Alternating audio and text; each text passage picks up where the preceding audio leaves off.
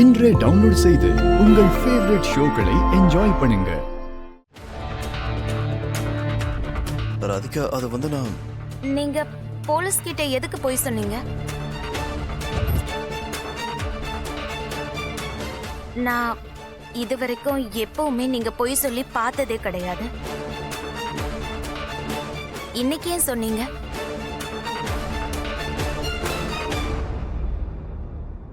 ஒருவேளை நீங்க யாரையாவது மாட்டி விடுறதுக்காக வேணும்னே அந்த மாதிரி பொய் சொன்னீங்களோ? என்ன ராதிகா இப்படி எல்லாம் பேசுற? முதல்ல எதுக்கு நான் யாரையும் மாட்டி விடணும்? No no no no Radhika.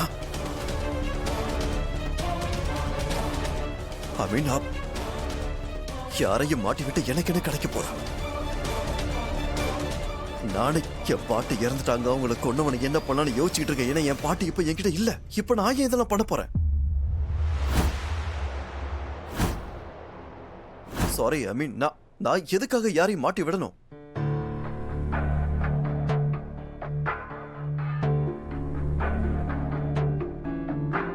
Radhika, நான் வந்து போலீஸ் கிட்ட நான் சிகரெட் பிடிப்புன்னு சொன்னேன் தான், இல்லைன்னு சொல்லல. ஏன்னா இவங்க சும்மாலாம் எந்த வேலையும் பாத்திர மாட்டாங்க. யாராவது லீட் கொடுக்கணும். ஏன்னா அவங்க அந்த அளவுக்கு கேர்லெஸ்ஸா இருப்பாங்க. இந்த மாதிரி பண்ணாதான் அவங்க இறங்கி வேலை செய்வாங்க. இல்ல அப்படின்னா 2 இடத்துல தேடிட்டு ஒண்ணுமே கிடைக்கலன்னு கேஸை க்ளோஸ் பண்ணிடுவாங்க. ஆனா அந்த இடத்துல அந்த கடைக்கு வெளியே சிசிடிவி கேமரா இருக்கிறது உங்களுக்கு எப்படி தெரியும்?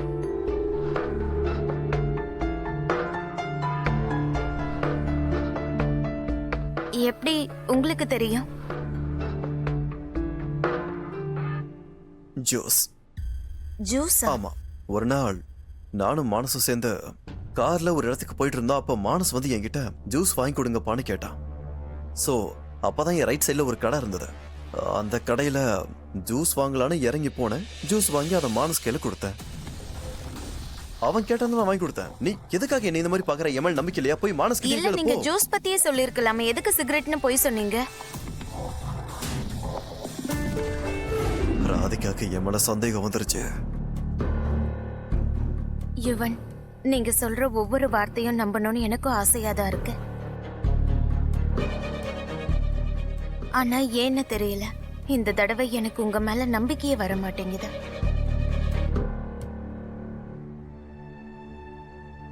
நீங்க எதையும் மறைக்கிறீங்கன்னு என் மனசு ஸ்ட்ராங்கா சொல்லுது. ஏன்னு தெரியல, ஆனா முதல் தடவையா உங்க வார்த்தைகள்ல இருந்து நீங்க பொய் பேசுற மாதிரி எனக்கு தோணுது.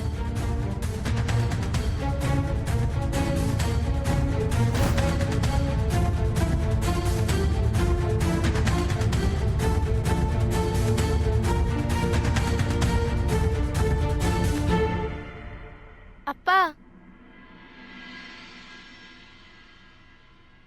இவ்ளோ டென்ஷன்ல உங்களுக்கு எப்படி சிரிப்பு வருது? எங்க பாரு, இந்த விஷயம் வேற யாருக்கும் தெரியக்கூடாது. முக்கியமா வீட்டுல யாருக்கும் தெரியக்கூடாது. என்ன நம்ம வீட்டுல யாராலையும் மனசுக்குள்ள ரகசியமா வச்சுக்க முடியாது. ஏதாவது வாய் தவறி வளரிட்டாங்கன்னா அப்புறம் பெரிய பிரச்சனை ஆயிடும். ஃபைன். இப்ப நீங்க எதுக்காக சிரிக்கிறீங்க? என்ன கூடிய சீக்கிரம் ராதா இந்த வீட்டுக்கு வரப்போறா. ரியலி? ஆனா இதெல்லாம் எப்படி நடக்கும்? உன்னால்தான் நடக்கும்.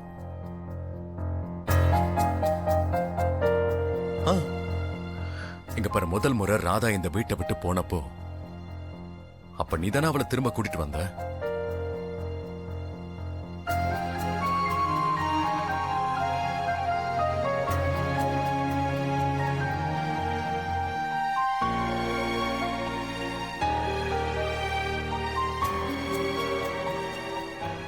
அண்ட் இன்னைக்கும் ராதா உன்னாலதான் நம்ம டீம்ல சேர்ந்திருக்கா. அண்ட் கூடிய சீக்கிரம் அவ நம்ம கூட இந்த வீட்டுல வாழ போறா. சரியா? பாட்டிய கொன்னவன சும்மா விட மாட்டேன். எனக்கு ஒரு மாதிரி படபடப்பா வருது. ஹார்ட் பீட்ல அதிகமா துடிக்குது. அந்த இந்த டைம் கொஞ்சம் பாரு. கொஞ்சம் தண்ணி குடிச்சிட்டு ரிலாக்ஸா அப்படியே வெளியே கொஞ்சம் நடந்து போயிட்டு வரேன்.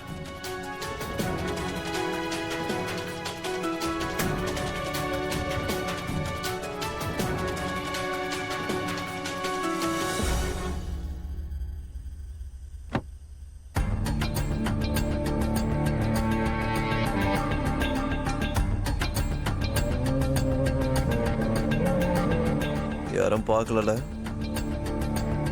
அது போதும்.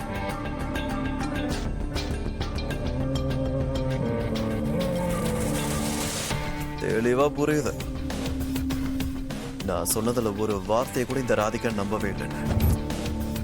இப்ப அவளுக்கு என் மேல டவுட் வந்துருச்சோன்னு எனக்கு ஒரு டவுட் வந்துருச்சு. அதான் அவ கண்ணு தெளிவா சொல்லுது. நான் அவ்வளவு தூரம் அவகிட்ட சொல்லிக்கிட்டு இருக்கேன், ஆனா அவன் நம்பலங்கிறத அவ கண்ணே காட்டி கொடுக்குதா. அவளுக்கு சொன்ன எந்த விஷயமும் அவன் மண்ணில ஏறல, அதை கவனிக்கவே இல்லை. பண்ற ஏதாவது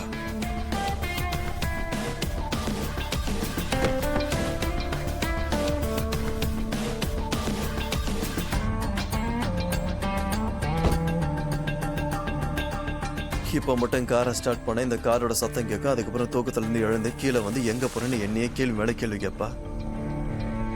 ஆக்சுவலி உனக்கு அவ்வளவு டைம் இல்ல. டைம்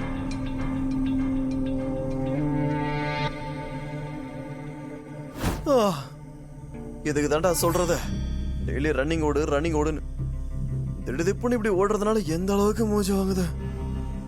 ஐயோ கடவுளே, கல்யாணம் எல்லாம் ஏன் போடணும்? அப்படியே கல்யாணம் பண்ணி வச்சாலும் சந்தேகப்படாத மனைவியா பார்த்து கல்யாணம் பண்ணி வை. இப்ப என் மனைவி என்ன சந்தேகப்பட ஆரம்பிச்சிட்டா. என்ன பண்ணுவேன்? ஏதாவது பண்ணி நம்ப வைக்கணும். ரிலாக்ஸா இங்க டீல பிஸ்கெட் தொட்டு சாப்பிட்டுட்டு உட்காந்துருக்கீங்களே சார். சார் நான் சொல்றது உங்களுக்கு புரியுதா?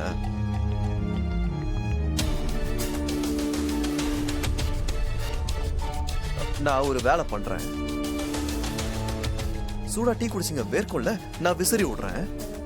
நீங்க தெரிஞ்சுதான் பேசுறீங்களா சார்? நான் சர்வீஸ் பண்ண விடுங்க சார். விசிறி தானே விடுறேன். அதாவது சார் என்னன்னா, அரசாங்கம் இந்த சேரை இந்த யூனிஃபார்ம் உங்களுக்கு கொடுத்துருக்காங்க.